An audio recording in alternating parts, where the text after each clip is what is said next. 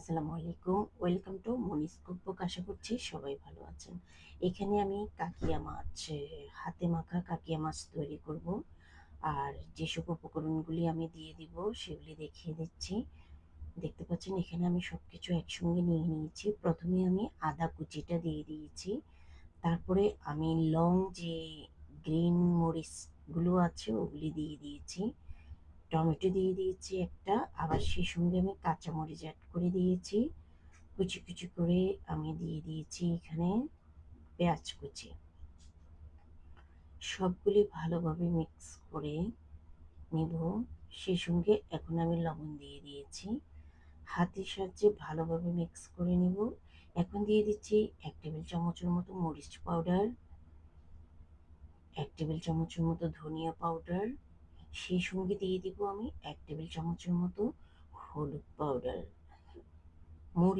মশলাগুলি একদমই আপনাদের সুবিধা মতো আপনারা ব্যবহার করতে পারেন, কম বেশি করে।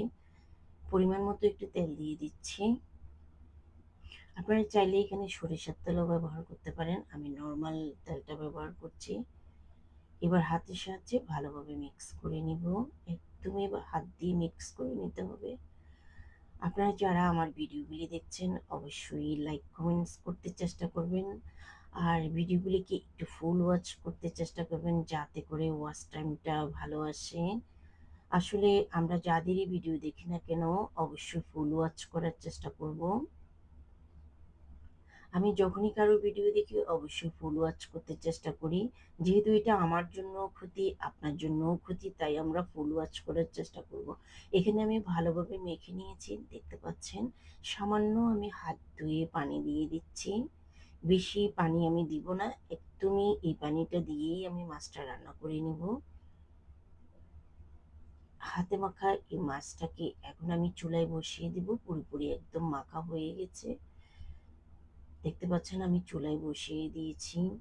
যে কোনো হাতে মাখা ছোট মাছ কিন্তু অনেক বেশি ভালো লাগে খেতে। আমার তো ভীষণ ভীষণ ভালো লাগে, বড় মাছের চাইতেও কিন্তু আমার ছোট মাছ খেতে খুব ভালো লাগে। আপনাদের কেমন লাগে অবশ্যই জানাবেন। দেখতে পাচ্ছেন আমি একদম মাখা মাখা করেই তৈরি করে নিয়েছি 5-7 মিনিটের মতো। এখানে আমি কোনো ঝোল রাখছি না, একদম মাখা মাখা করে তৈরি করে নিয়েছি। এটা বেশি নাড়াচাড়া করব না, নাড়াচাড়া করলে আবার ভেঙে যাবে। আর এদিকে আমি ধনিয়া পাতা দিয়ে নিচ্ছি। তারপরে একদমই 1-2 মিনিট পরে আমি নামিয়ে নিব।